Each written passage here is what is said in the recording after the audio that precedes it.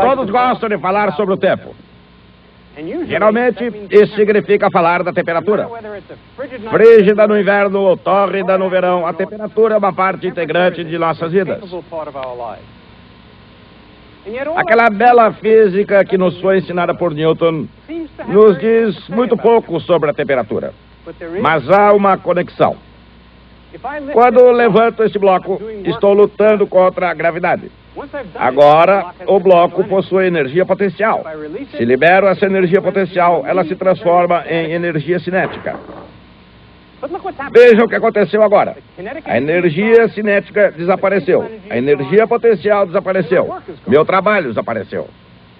Não é que ache que ninguém reconhece meu esforço, mas o que aconteceu com ele? A resposta é que ele se transformou em calor. Movimento aleatório de átomos e moléculas. A prova disso é que a mesa está um pouco mais quente agora do que estava antes. Assim, existe alguma conexão entre temperatura e o movimento de átomos e moléculas. Essa conexão é o nosso assunto de hoje.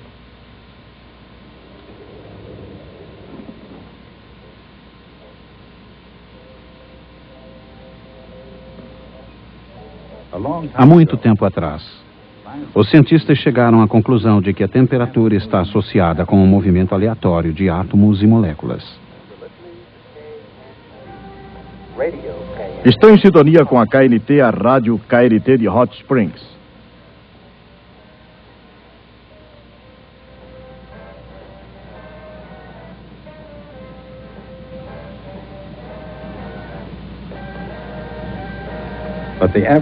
A pessoa comum não precisa da ciência para saber quando está quente ou frio. Há 25 minutos atrás, o mercúrio ultrapassou 112 graus Fahrenheit e ninguém sabe onde irá parar. Mas voltemos aos sons suaves que lhes são oferecidos por Packard, a marca de distinção.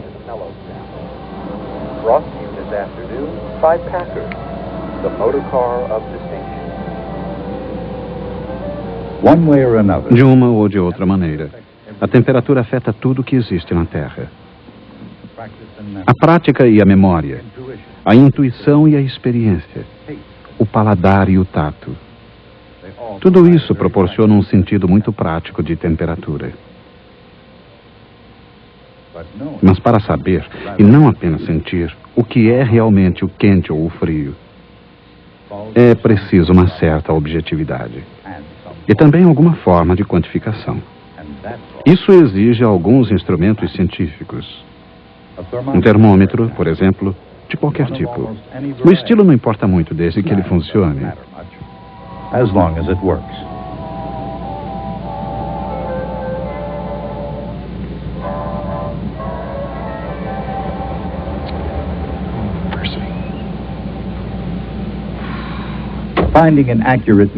Encontrar um meio preciso de medir a temperatura pode ser um desafio.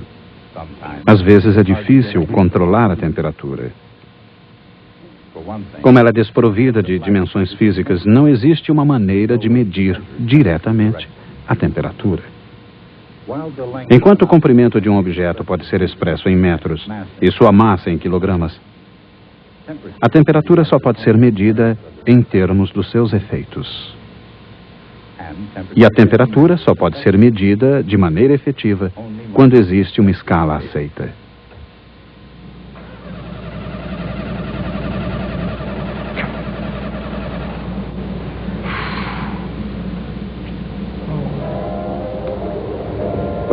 Observada numa escala Fahrenheit, ainda predominante nos Estados Unidos, ou na escala Celsius. As escalas de temperatura são escalas científicas eficazes porque oferecem padrões de comparação.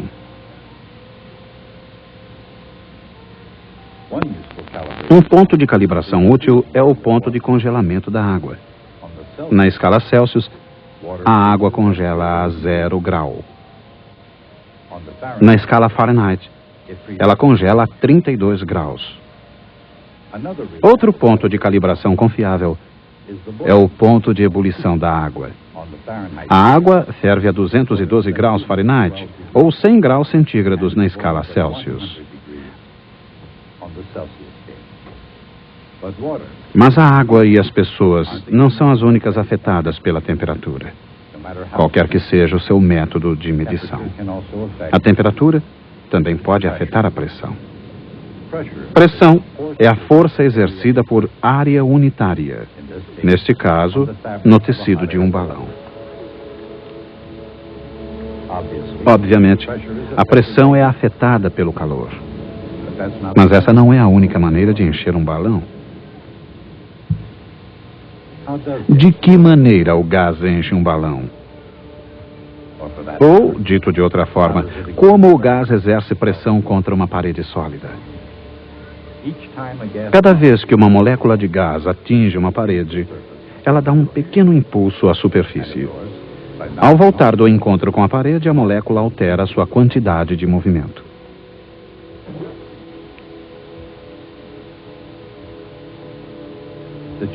A mudança da quantidade de movimento significa que uma força agiu sobre a molécula.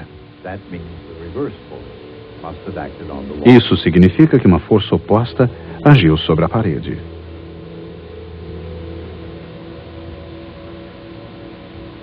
À medida que um número cada vez maior de moléculas atinge a parede, os impulsos individuais começam a se fundir.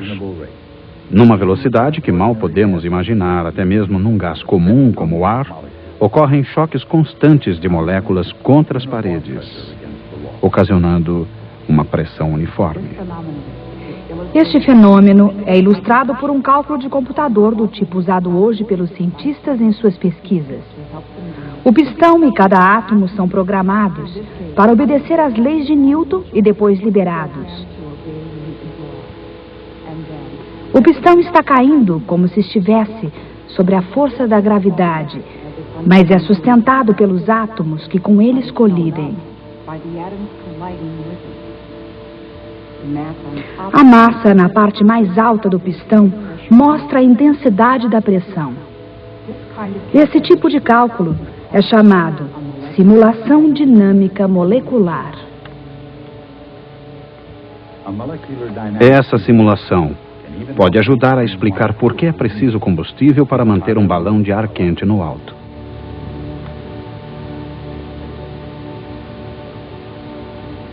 O calor é a energia dos movimentos aleatórios de átomos e moléculas. O aquecimento de um gás provoca um aumento da energia cinética de todas as suas moléculas. Cada colisão exerce a maior pressão sobre a parede. É por isso que o aquecimento de um gás aumenta a sua pressão. De maneira inversa, é por isso que é preciso uma menor quantidade de gás para manter a mesma pressão.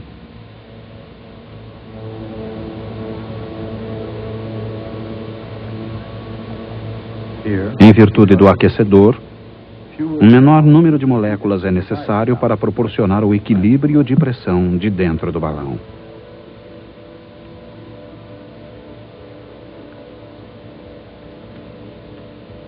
Ele pesa menos que o mesmo volume de ar. É por isso que o balão flutua. Em essência, tudo depende da força e da quantidade de movimento, da ação e da reação.